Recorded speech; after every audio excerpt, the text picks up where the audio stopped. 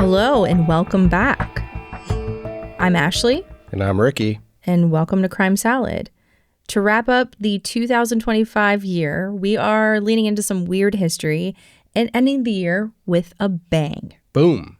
Now, these episodes might be a little different than our typical format, but you will be getting full, bizarre, dark, and unforgettable moments from history. But stay tuned because in January, we're jumping back into true crime. Also, not sure if you've heard, but we're going to be doing a live coming up in January. That's January 15th. We're planning to do a murder mystery type event. It's going to be a lot of fun, and we came up with an interesting story to get into. Yeah, and you can also get tickets right now at pave.live/crimesalad. It's something a little different, but it's seriously going to be so fun. I'm really excited because it's not going to be like your typical live. Like, we're going to go deep dive into this murder mystery event. Yeah. I mean, if you bought a ticket, share it on Instagram, share it on Facebook. Invite friends. We're going to actually look at case files together and try to solve this thing. So put on your thinking cap. Yeah. Let's talk about radium. It's strange to look back now, knowing what we know, because radium was once seen as a symbol of hope and progress. It was almost like a miracle that it was even discovered. So let's go all the way back at the dawn of the 20th century, where one of the most radioactive, glowing, and mysterious elements ever found was, at the time, a discovery that was destined to change the world. It captured imaginations, ignited scientific breakthroughs, and launched one of history's strangest and deadliest crazes that quickly hit the shelves of ordinary stores. It showed up in chocolate, toothpaste, makeup, and was even marketed as a health drink. Yeah, sounds delicious. And the glow people saw, it wasn't even radium itself. When radium decays, it bombards nearby materials and forces them to glow. It became a symbol of magic, health, and progress. Well, until people started dying. So the radium mania, it swept America. Workers would inhale and ingest this poison in the name of progress. The wealthy elites who drank it, they believed that it would restore your youth. And we're going to discuss the corporate cover-ups that tried to bury the truth. So here's a little science lesson. Radium actually comes from uranium. As uranium breaks down in rocks and soil over a long period of time, it creates radium. And even though both are radioactive, radium hits way harder. Right. Radium is much more radioactive. It gives off stronger radiation, and it takes about 1,600 years for half of it to decay. The radium dial industry, it was a thing, and it began during World War I, when companies were hired to make glowing watches and military equipment readable without light for the U.S. Army and the Navy. Soldiers needed equipment that could be read in total darkness, where a flashlight or a lit match could blow their cover. So radium paint became a military obsession. And by the 1920s, the industry exploded. Factories across the U.S. hired hundreds of young women to paint these luminous dials using a radium paint called Undark. These women became known as the Radium Girls. They were told radium, it was safe, and it was actually beneficial to their health. Some were even told that it would give them rosy cheeks and glowing skin. Supervisors instructed them to lip point their brushes, to shape the bristles with their lips to maintain a sharp point. Wait, so dip the brush and then lick it, essentially? Yeah, to get a nice sharp point with whatever they were painting. And each lick delivered a tiny dose of radioactive poison. Okay, that's a little weird, but so what was later discovered was that the human body treats radium like calcium. It's chemically similar, so the body absorbs it straight into the bones, especially the jaw, ribs, hips, and legs. And once radium settles there, it stays. It keeps firing radiation from inside the skeleton, destroying bone tissue, weakening the marrow, and slowly turning the bones into something soft and brittle.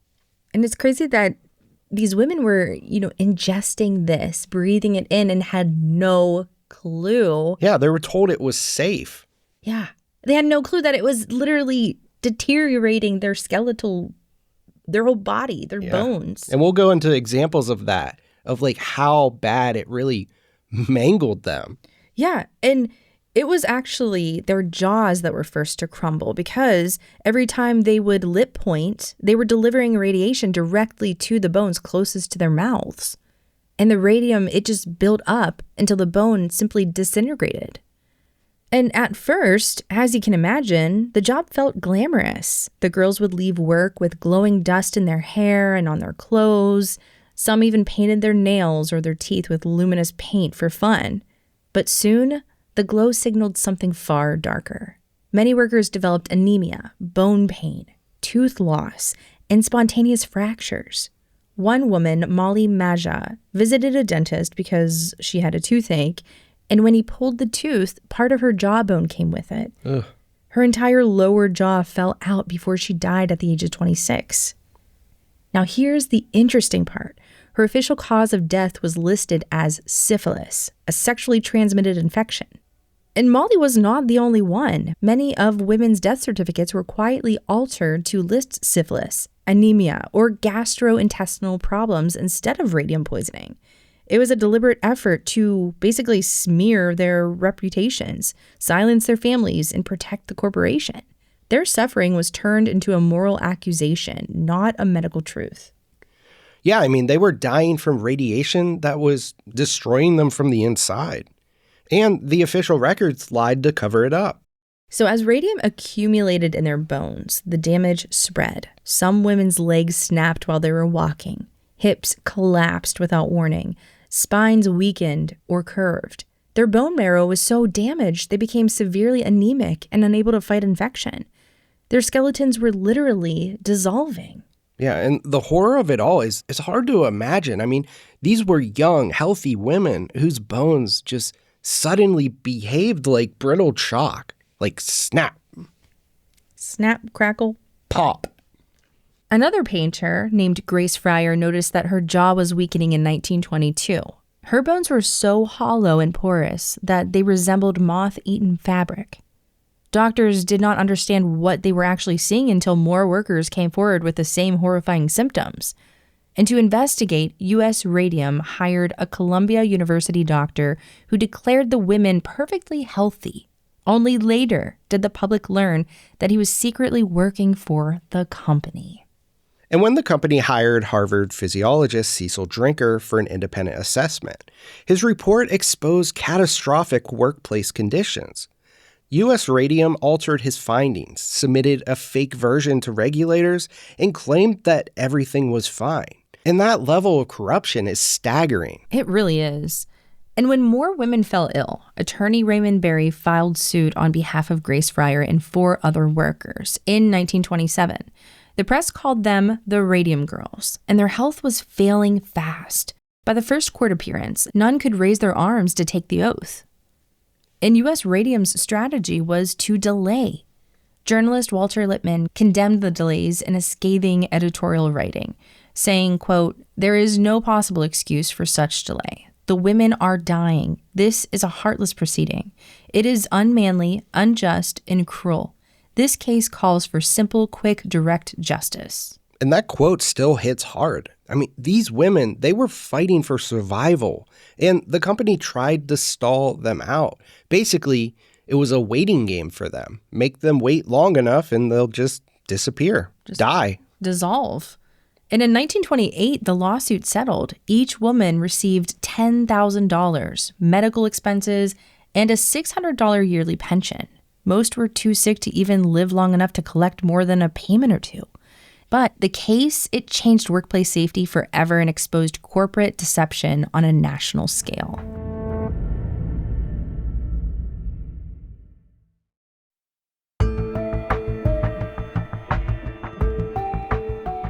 So while women were dying in factories, wealthy Americans were voluntarily drinking radium as a health tonic. The most infamous was Radithor, marketed as Perpetual Sunshine. Each bottle contained radium-226 and 228 dissolved in water. Yep, so basically people paid to drink radiation. I kind of feel like it would be like Monster, but not taste as good. Would you have been tempted to try liquid sunshine? 100% yeah. YOLO. Now, one of Radithor's biggest believers was industrialist Eben Byers. Over several years, he consumed more than 1,400 bottles. And at first, he claimed that he felt energized.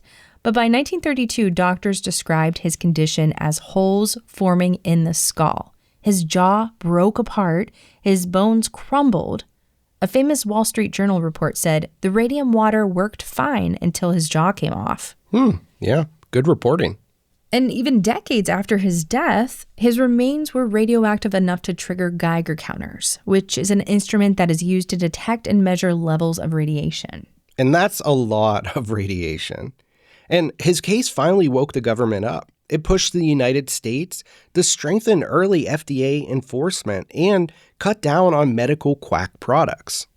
And we have to point something out here. Looking at the big picture, there were many women who had already died at this point, some with falsified causes of death on their certificates to hide what really happened.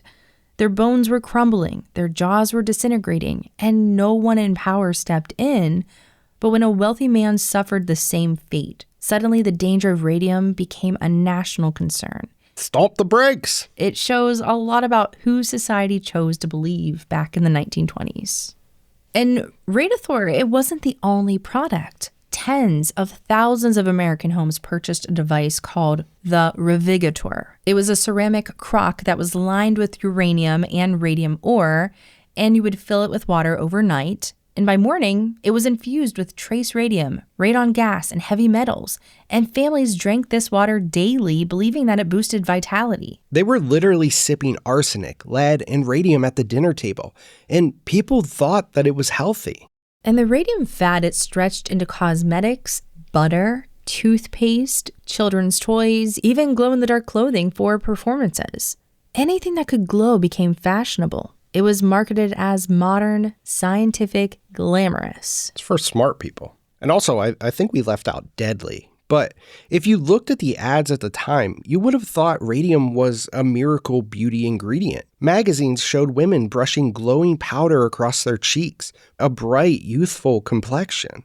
Some face creams even bragged that a healthy radiance would shine through the skin. Under dim light, the radium cosmetics gave off a soft, pale glow that looked magical. People had never seen anything like it, so it felt expensive and futuristic. The marketing leaned hard into the idea of a scientific glow. They used words like vitality, rejuvenation, and even mortality, which is kind of ironic. It was the 1920s version of a high-end beauty trend. But in reality, the glow was the radiation leaking out. I mean, imagine getting ready for a night out and your face cream is actually radioactive. It's just wild. It's like that one song, radioactive. Yeah, and cosmetics were only the beginning. In some homes, radium showed up in the pantry too. Like we said, there were butters and creams advertised as energy boosting and glow giving. Could you have glowing toast? Yeah. I like it. Now, some companies claimed radium-enriched foods would strengthen your blood, help digestion, or even prevent aging. And none of this was true, but the marketing was, totally in on it. They were so convincing that everyday families bought the products without question. Children's toys were another shock. Glow-in-the-dark building sets, paint kits, and even little figurines were sold with tiny amounts of radium mixed into the materials. It's kind of like ketchup. Remember we had like purple and green ketchup? Like, ooh, That could have been radium and I would have died happy. Yeah, it would have been, something we just didn't know. And kids, they played with these things right in their bedrooms, probably chewed on them, And parents thought that it was harmless fun because, glowing toys, they're exciting for kids, even today. And the radium craze, it didn't stop at makeup or glow toys. Companies were putting this stuff in places that make you wonder, who sat in a room and said, let's do this. This is a great idea. There were radium condoms, actual glowing in the dark condoms infused with radium. Oh, I don't know. That doesn't sound like a bad idea. And they were also advertised to boost male vitality. That's pretty insane. Imagine you're in a marketing meeting with all of these people around you and you're like, hey guys, have we thought about using radiation? It's the latest thing. Let's give it a shot. And it gets better, or maybe worse. People had this stuff all over their bedrooms too. One of the biggest sellers was radium alarm clocks. Those classic metal ones with the little bells on top. Oh, yeah, those things that they glowed bright enough to use as a nightlight. Yeah, everyone kept one right next to their face on their nightstand, inches away, all night long. And you roll over, check the time, basically sleeping next to a radioactive dial. And the wild part is people thought that this was cutting edge technology. Like, look at me. I have this modern glow alarm clock. Yeah, exactly. I mean, we had light up shoes when we were kids, and that was pretty awesome. Yeah. I mean, anything that lights up is cool. Doesn't mean it's safe, but cool. I mean, whenever I was a kid, I had this Nickelodeon flash screen. It was like just this plain white screen, and you would play with it in the dark and use like a flashlight, and it would flash your silhouette on it, and it would glow, and it was just like hours of fun. Oh, I remember that. Yeah. Awesome. I used to use my middle finger. Oh my gosh, you were one of those kids? And what's crazy about, these alarm clocks or whatever, these products, is that they're humming with radiation for decades. Like decades have passed, and they're still setting off Geiger counters today. Yeah, that's wild. So between the glowing beauty creams, the radium butter, the kitchen, the kids' toys lighting up the bedroom, the condoms nobody asked for, and these radioactive clocks shining through the night, families were completely surrounded by radium without even knowing it. Yeah, I mean, the 1920s, they were pretty wild. It glowed and people bought it. It's kind of like today. I feel like we could repeat this part of history. I'd buy it. Now, these stories really reveal how powerful marketing can just override science. I mean, companies were selling hope and beauty in glowing bottles while hiding the danger, and workers were sacrificed for profit. But the Radium Girls, they changed everything, even if it didn't happen right away. For years, no one believed them. Their symptoms were dismissed, their death certificates were even altered, and their voices were ignored. But their fight eventually forced the legal system to recognize occupational illnesses and created the groundwork for future radiation safety rules. And while it took the very public death of wealthy socialite Eben Byers to make the government crack down on radium products, it was the Radium Girls who reshaped workers' rights. So one case changed regulation and the other changed the law. Both were tragic, but the women's courage set the standard for worker protections that still exist today. That's pretty cool. I feel like World War I, right? All I see is like propaganda posters. I feel like Radium Girls, they should have had their own propaganda poster, something like Uncle Sam or something, right? Like they were almost superheroes. Like they had a real cause. Like they should be more of a part of our history. I said it. Yeah, let's cheer for the Radium Girls because they did make change. And they freaking were just deteriorating at the age of 20-something, 26. I agree. Oh, it's horrible. Now, people often ask whether today's glow-in-the-dark toys are dangerous. And the answer is no. Modern glow pigments use zinc sulfide or strontium aluminate, which charge under light and are completely safe. And for items that still need long-term glow, like gun sights or watch dials, manufacturers use sealed tritium. It's a radioactive gas, but the beta particles can't even penetrate human skin, so says a smart scientist. Hopefully that fact stays the same. Now today, the original radium glow survives only in vintage items like aircraft gauges, military watches, and uranium glass collectibles. The glow fades, but the radiation remains, even after 100 years. Collectors who track down radium watches are literally keeping radioactive antiques in their home. And that's insane to me. But it's kind of wild when you think about it. Our history, it just has such a haunting and scientific wonder. There's tragedy, misplaced trust. It just reminds us of how far we've come and how dangerous things become when hope and profit overshadow safety. So that was a lot to unpack here. We talked about glowing dials, radioactive cocktails. We didn't talk about that, but yeah, there was those. And it's just crazy to think that this is a part of our history that I never even really knew until we looked into this. It is pretty weird. Weird history. I feel like I'm going to have like really weird dreams. I'm gonna have radium. I'm gonna have weird dreams about weird history. I'm going to have weird dreams that my jaw is like deteriorating now. You already have those dreams. I know, but it's just going to happen. I'm going to wake up and go, Ricky. My jaw. I'm going to go back to bed. I have 3 hours till I have to get up.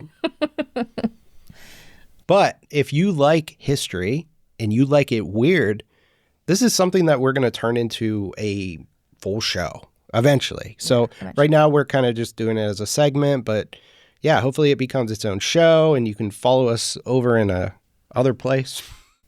All right. Until next week. Also, it's almost Christmas. I want to go to bed. Okay. Yeah, it is. Did you wrap any gifts yet? Oh, that's your job. Oh, yeah. Don't worry. I have it all covered, actually. I've been wrapping them as they come into the house, as they get delivered. I'm just like, all right, wrap. I mean, I normally get them off the porch. So, I mean, I did my part.